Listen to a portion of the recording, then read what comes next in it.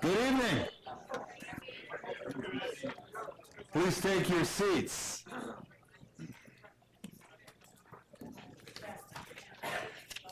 It is 5 p.m. Our regular city council meeting. We'll start out with an invocation from the Reverend Patrick O'Neill. The Reverend is here, okay.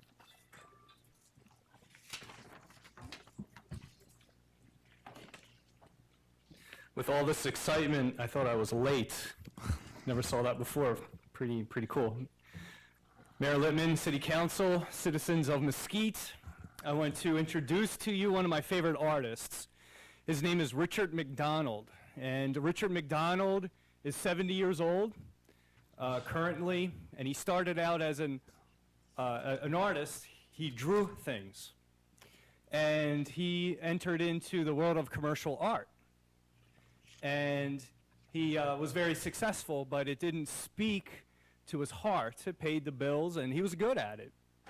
In fact, one time he said, I wanted to go up there and see what it was like at the top, and immediately I realized that this was not what I wanted in my life. I did not want to become like these people. I wanted more. I wanted my work to last longer than the turn of a page. Interestingly enough, one fateful day, in his studio, his life's work burned down. All the art that he did for Pepsi and Budweiser, gone. In fact, he lost his dog, too, as his studio was burning down. Right after that, he had an interview with some guy who said, bronze is just something you bump into when you're backing up to look at a painting. I decided I was going to create work that moved and inspired people. I wanted my bronzes to embody the human condition, whatever that might be. Fear, dance, joy, sorrow, all the sorts of things that we're impacted by. Blind faith. And now he is a sculptor using bronze. And I encourage you to see his work down by the Aria. His name is Richard McDonald. The reason why I bring that up, Mayor Littman and City Council and the fine citizens of Mesquite, is this. Perhaps maybe you too can be a Richard McDonald. Perhaps you too can continue to embody the human condition. Perhaps maybe you too can inspire all sorts of things. And perhaps you too can impact others with your blind faith. May God continue to bless you and keep you in this day. Amen. Amen. Thank you. Please join me in the Pledge of Allegiance. I pledge allegiance to the flag of the United States of America and to the republic for which it stands, one nation, under God, indivisible, with liberty and justice for all. Thank you. We'll start out this evening with public comment. If you have public comment to make, please come up to the front, state your name, and you are limited to 3 minutes. Thank you.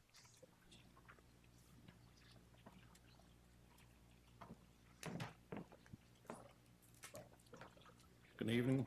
My name is Mike Benham, resident of Mesquite, running for City Council, and also the director of CERT. I'd like to talk a little bit about CERT tonight and what we've done and what we're about to do. We did the Ducky Derby for safety.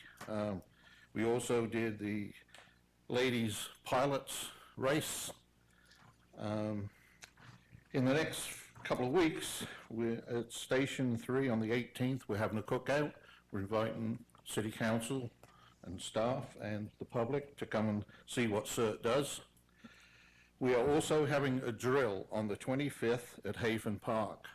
So if you see a load of CERT people around there with yellow shirts on, we will also contact the dispatcher of the police department so they don't get overwhelmed with calls to find out what's going on.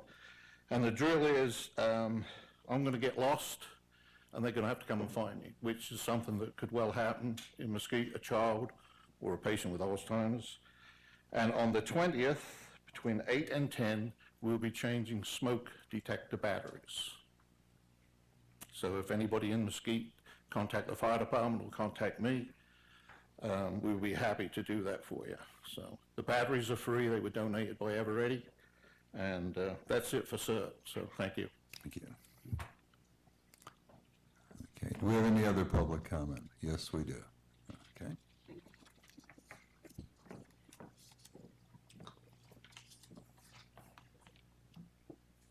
Mayor Littman, members of the City Council, Cliff Hughes, residents of Mesquite, Nevada, also principal of Virgin Valley High School.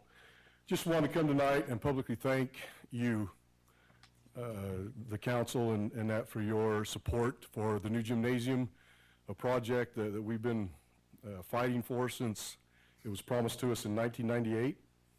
And we've now seen the accumulation of the efforts of a lot of people here in the city, a lot of business people, and that have come together to help see this through. That was able to get that approved.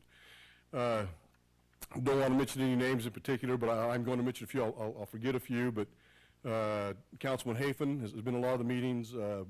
Bob Sweeten has been there. Nick Montoya has been there. Members, there was representatives from Eureka, Overton Power District, a lot of different people that came, and a lot of parents that came and talked in support. And this has been an effort that we've been putting together or pushing for quite some time. And on last Wednesday morning, through the efforts and through the things that the city has done and the people have done in this community, we finally got that approved through the Bond Oversight Committee and through the school board. So it is a reality. It will be happening. We don't know exactly the time frame. We're hoping sooner than later. But as soon as we get that information, we'll let everyone know. But we're excited about that project. It's going to be a great facility for our students. And, we just appreciate the efforts of all of you and all the people in the community that came together that supported this project, that helped us to able to get this on the table and get it pushed through. So thank you very much.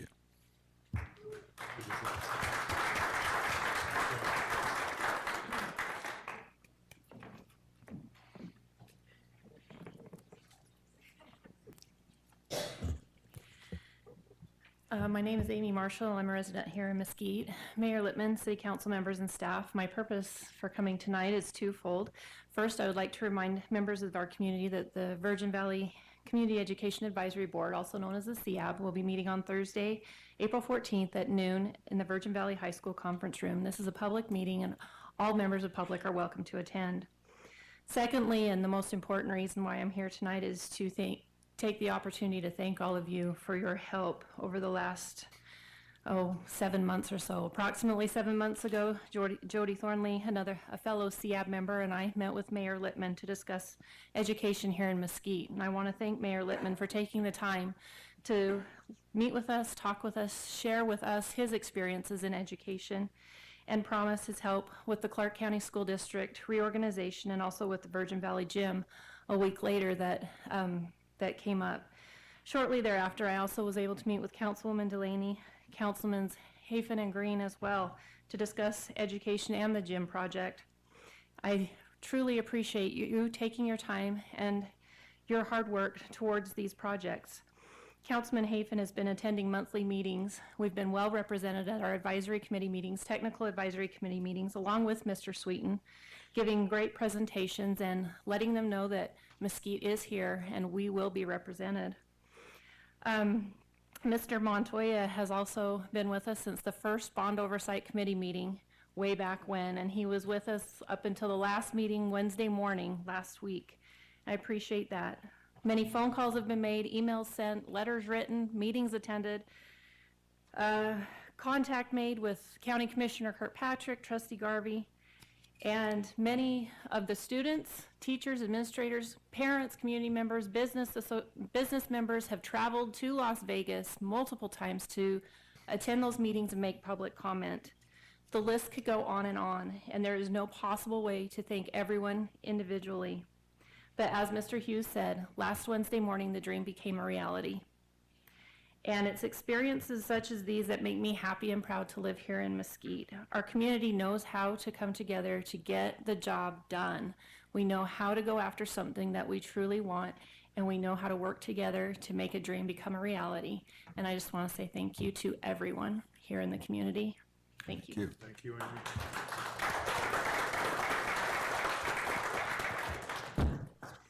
Okay, do we have any other public comment?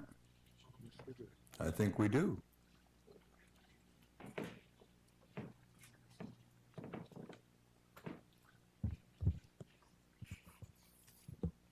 Hello.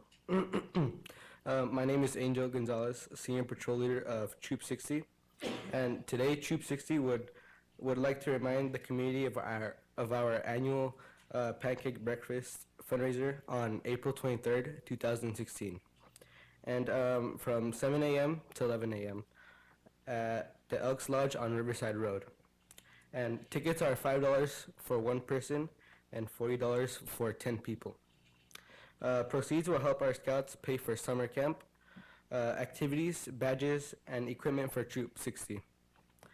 Summer camp will be at Pine Lake.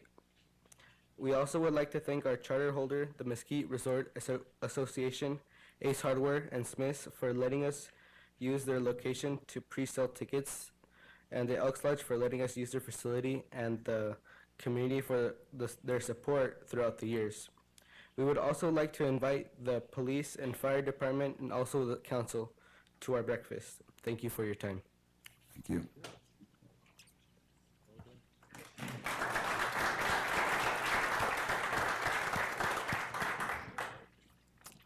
Okay, seeing no more and public comment, we're going to go to the consent agenda, items 2 and 3.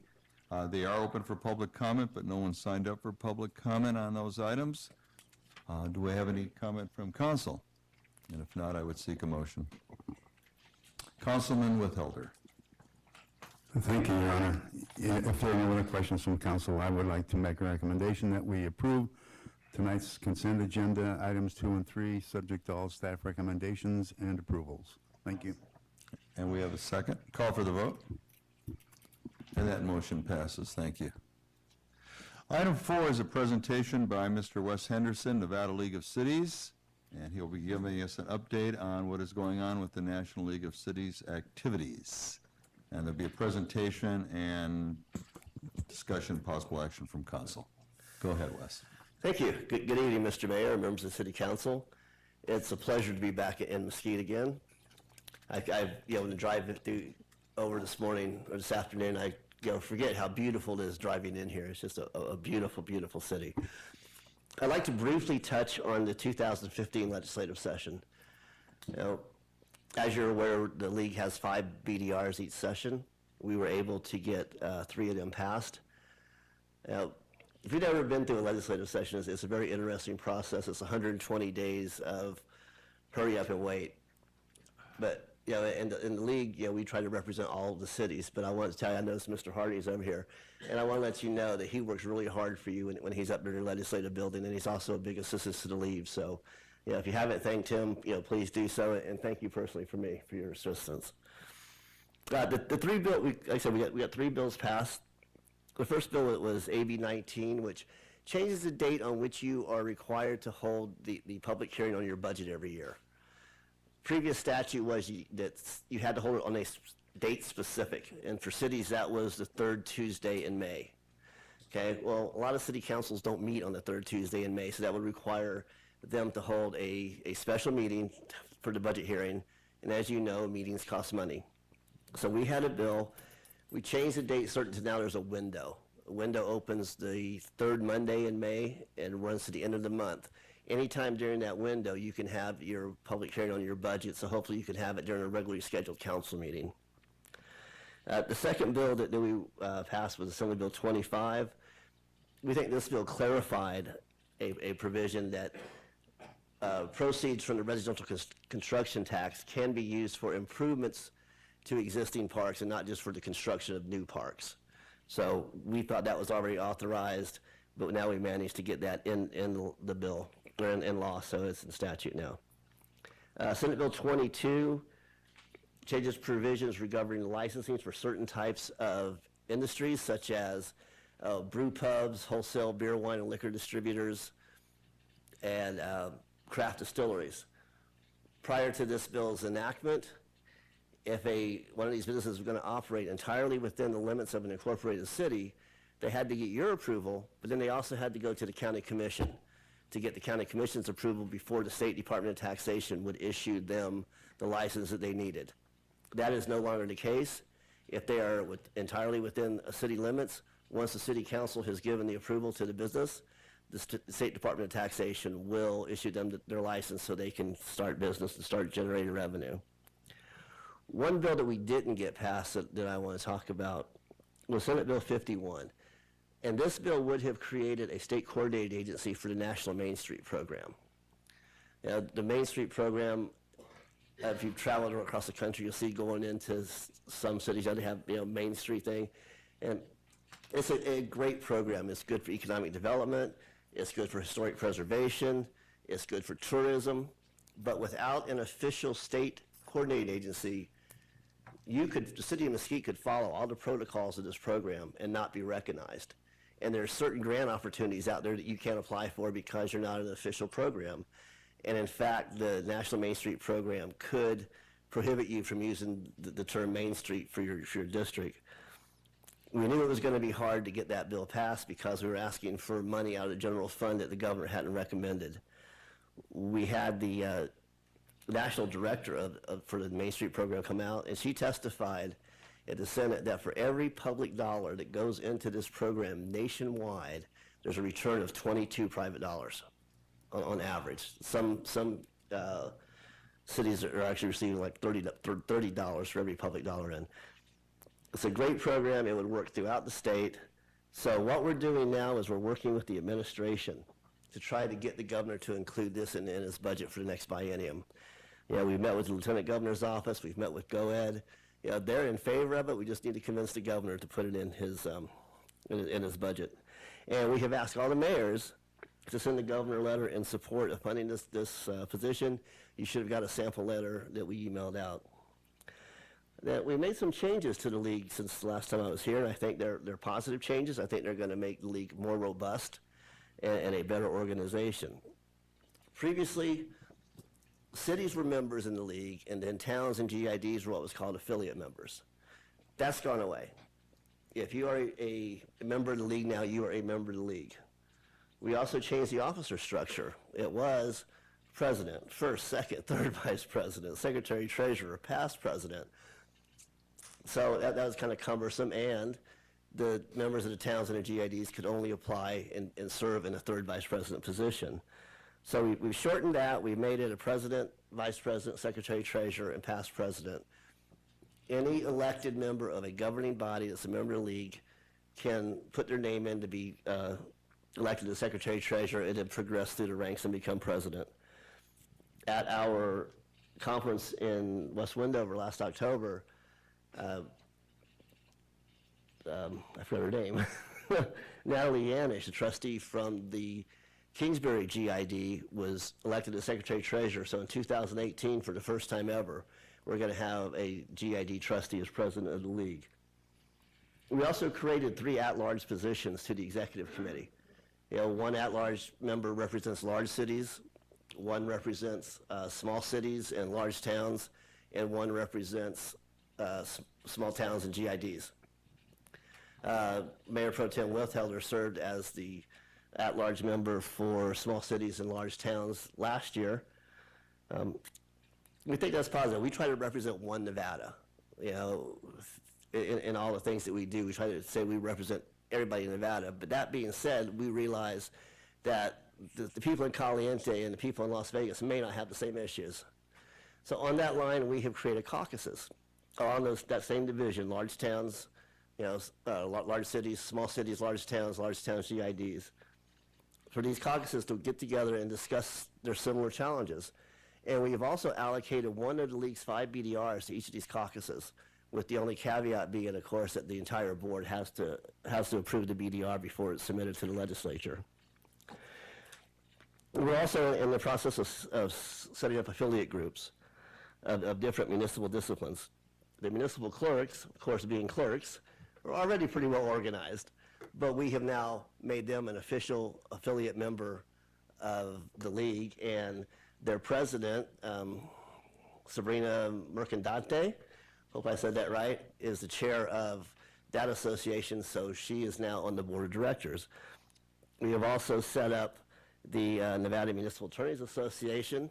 We're getting that organization set up. We've had an organizational meeting. We're working on another meeting, and Josh Reed from the city of Henderson is also chair of that group, so he's on our board this year as well.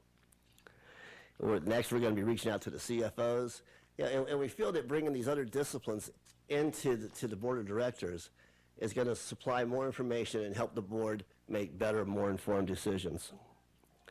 We were recently in Washington, D.C., attending the National League of Cities conference there. While we were there, unfortunately, the members of the House were back in the state on a district work week, so we met with their staff, but we did meet with Senators Reid and Heller, and we discussed some issues with them, including funding for police body cameras. You know, we think body cameras are a great idea. They're going to exonerate more police officers, and they're going to convict, and the ones that they convict, quite frankly, shouldn't have a badge and a gun in the first place.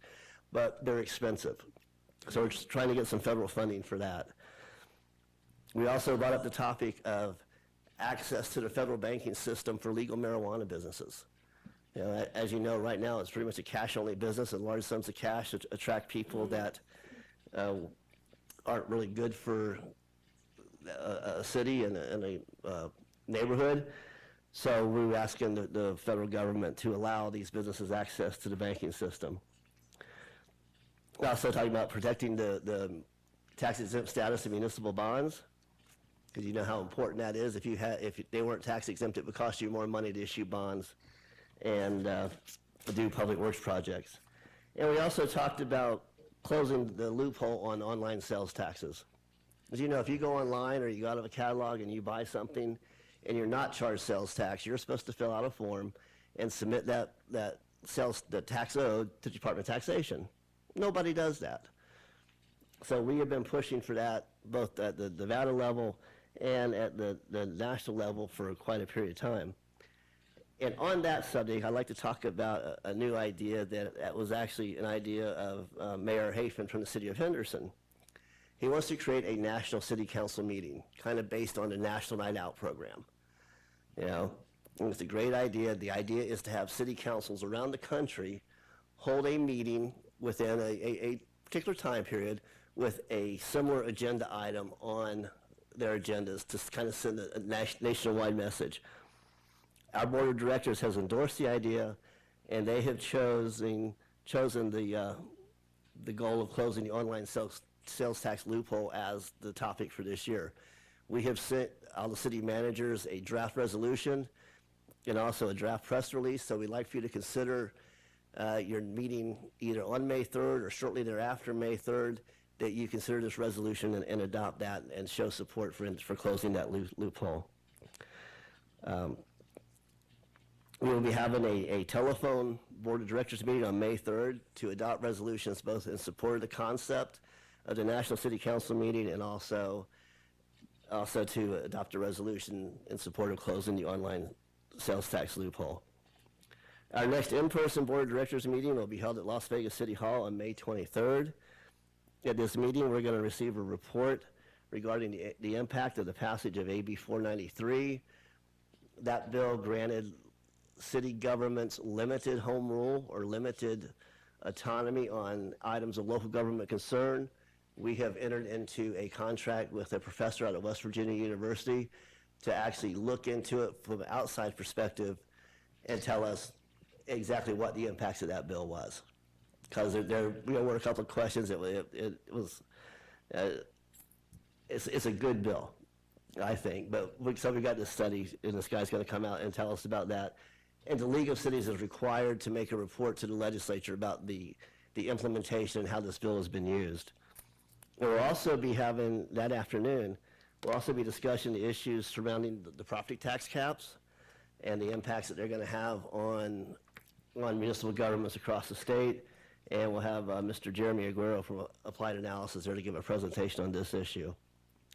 And then lastly, Mr. Mayor, our conference this year is October 12th and 14th. It will be up in Sparks. We're at work planning the conference now. We think last year's conference in West Windover was successful, but we certainly hope that many of you can come up to Sparks and participate in our conference. And again, I'd like to thank you for your support and your participation in the league. I'd like to thank Mayor Pro Tem Withelder for all his participation and work, and I would be happy to answer any questions. Any questions from council? I don't see any. Okay. Thank you. Thank you. Mr. Sweeten, do we need a motion to accept that presentation? I don't think so. It'd be up to No. Tracy. Okay. No, I don't think so. Thank you. Okay, item 5 is presentation and possible action regarding bill drafts for the 2017 legislative session and other matters properly related to. That'll be Mr. Baker, and I believe former State Senator Hardy is here. Correct. And that will be a public comment item, so when presentation is over with, we will have someone commenting from them. Okay.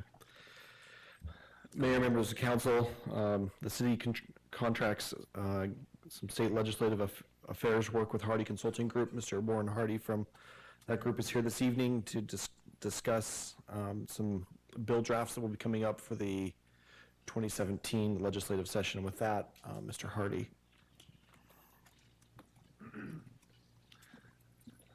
Thank you, Your Honor. Members of the council, Warren Hardy again with the Hardy Consulting Group. Good timing to be here at the same time as Wes from the League of Cities. I'd be remiss if I didn't thank Wes and his staff publicly for the work they do at the legislature. I'll just give you an example of the task of representing a local government. I think for most of my clients, I'll track anywhere between 30 and 40 bills per session, sometimes 10 bills per session. Mr. Baker and I track anywhere between 600 and 700 bills each session on behalf of the city. That's an impossible task unless you have somebody like the League of Cities that's watching that every single day. We have a unique challenge among small local governments in Nevada in that we're one of two small local governments, including the city of Boulder City, that is part of a big county. That creates a very interesting dynamic legislatively. A perfect example of that would be the bill that Mr. Henderson referenced with regard to home rule. Great idea. We supported it, went in, read the fine print on that, and realized that the original draft of that bill might have, in fact, taken away some of the authority and power that we currently have. And I appreciate Mr. Sweeten. He was our go-to person on that, reviewed that, helped us draft amendments. And I just want to let you know that the League of Cities was extremely, extremely supportive of our concerns with regard to that, to the extent that they abandoned that and went back to a different approach. So we have some unique challenges as being a small city and a big county. Most of you are aware that often the legislature will break legislation down in such a way that it impacts certain counties over 700,000 or vice versa, or different communities. So I would guess 7 or 8 times a session we have a legislative issue that we specifically need to address because there's an unintended consequence about the way it will represent, or the way it will impact the city of Mesquite. So I just wanted to reference that because the League of Cities really does a good job, and Mr. Henderson in particular does a good job of helping us navigate that. And in addition, they do a really good job of helping all of the local governments coordinate our efforts when we can collectively work together, which is most of the time. I'm here tonight, and I won't take a lot of your time, Mr. Mayor, but as you know, every 2 years at this time, I come forward to remind the council that it's time to start thinking about bill draft requests. And I always like to mention that the city of Mesquite, in my opinion, has one of the healthiest processes I've ever seen for bill draft requests, in that it doesn't just include the staff and the council. The council always asks that I come and make this presentation in a public forum so that we can receive input from the public as well in terms of legislation. And I would say we generally get a 1 or 2 pieces of legislation that we pass that come from members of the public because of the openness of your process. So I really appreciate the way that's handled. And the other